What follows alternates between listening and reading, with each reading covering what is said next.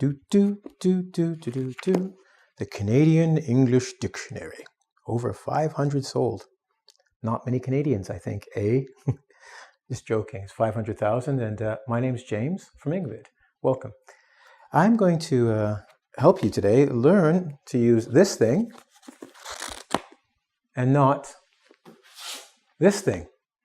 And there's a reason why, and I'm going to tell you why today, because I think it's an important lesson that I don't see people really talk about a lot. In classes, and I teach classes, we mention it, and students always come, not always, bad use of word.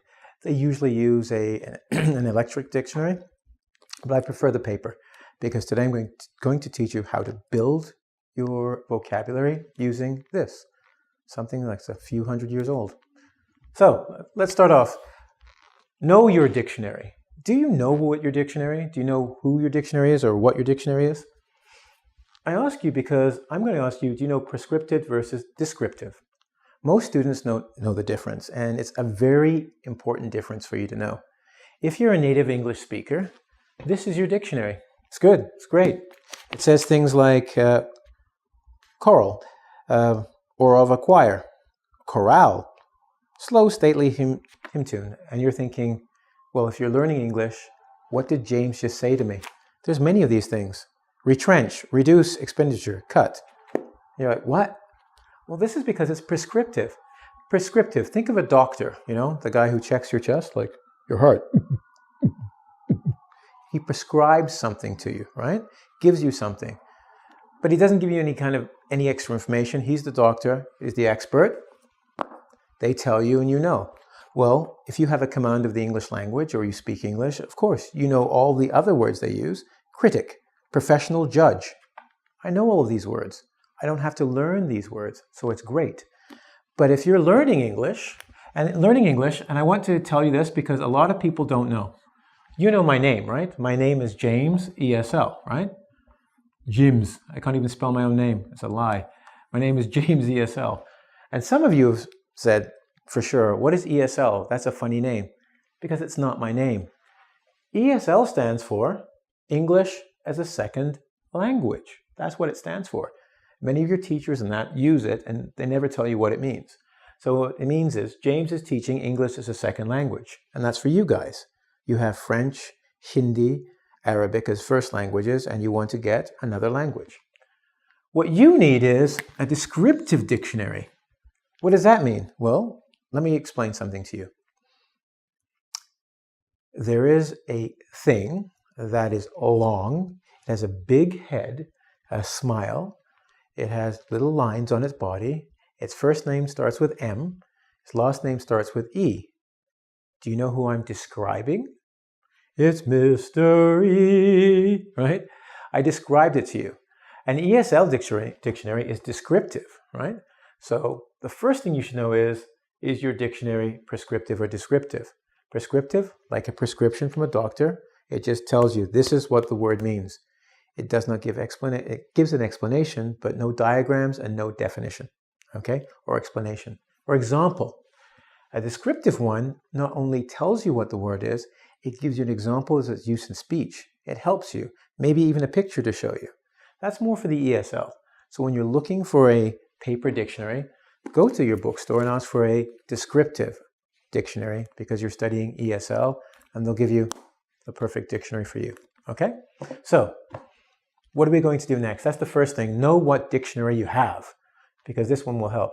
Now, I will tell you this though. Once you start going from the beginning and intermediate, you need the prescriptive, because that's what a fluent native speaker would use, and that's what you use. So there's a reason for both. Don't forget that. If you're advanced, get prescriptive. If you're new, get descriptive. Know your dictionary. Next, does your dictionary use phonetic, or does it use syllables to tell you how the words sound? Well, I investigated because I'm like a reporter, like Clark Kent, Superman, and I discovered that not every dictionary is the same. Some use phonetics, and they use the International Phonetic Alphabet. Some of you have studied it in school, right? Where you have those funny little things, or like the upside down E. I can't even do it. I think it's like, and it means something to you people, okay? But in the international language, you'll use these symbols to show language, right? They use this phonetic alphabet because they know it's international, and people who study languages will also use it. But a lot of English dictionaries just use syllables. They break the word down into like,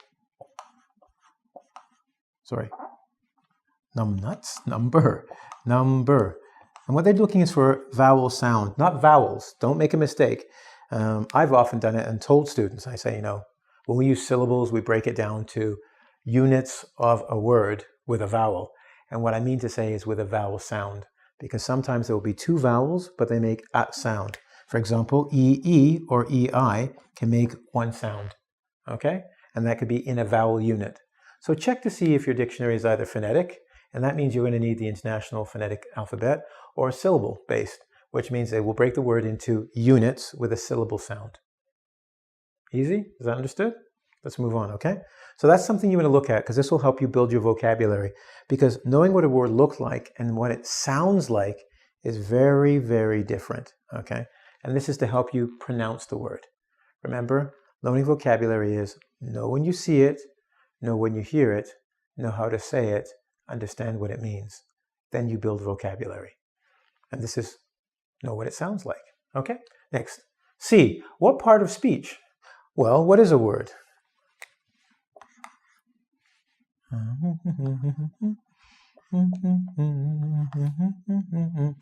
I could spell, that's Beatty, like Ned Beatty, but that's not what I wanted to write.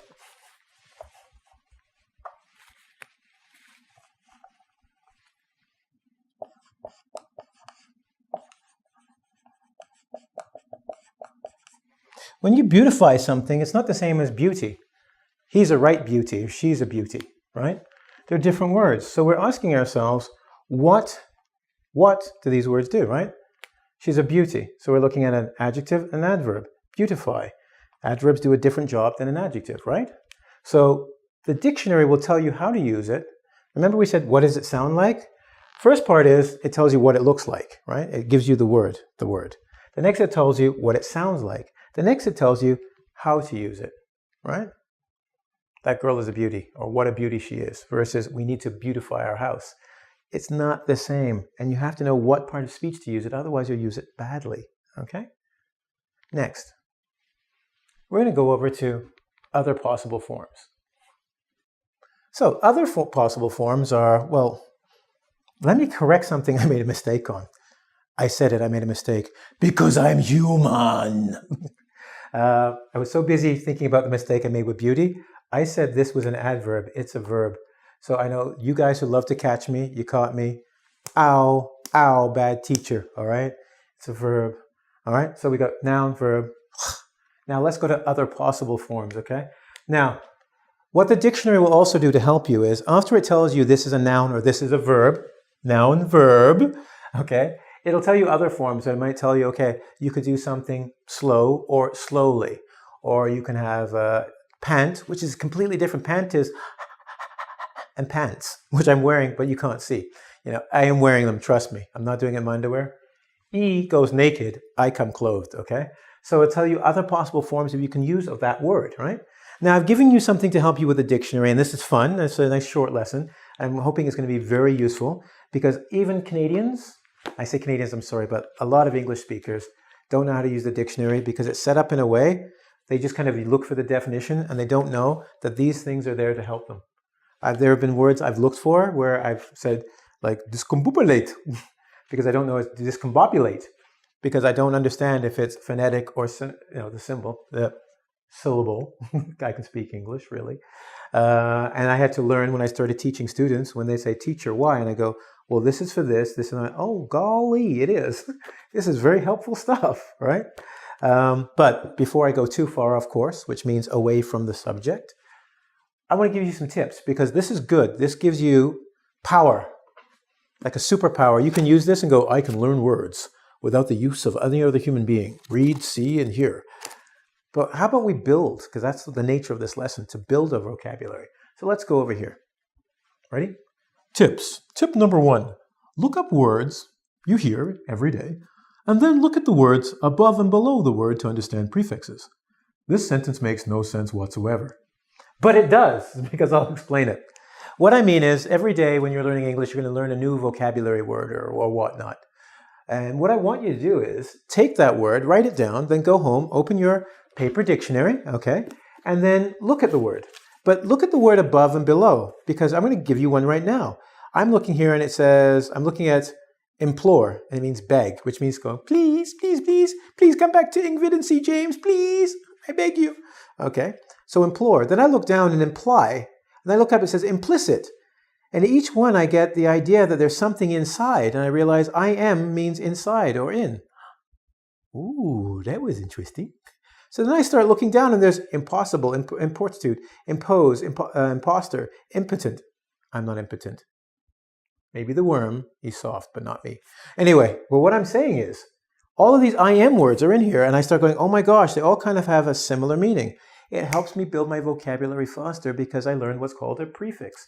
A prefix means pre is before, something in front of a word that gives meaning to the word or adds meaning to the word, right?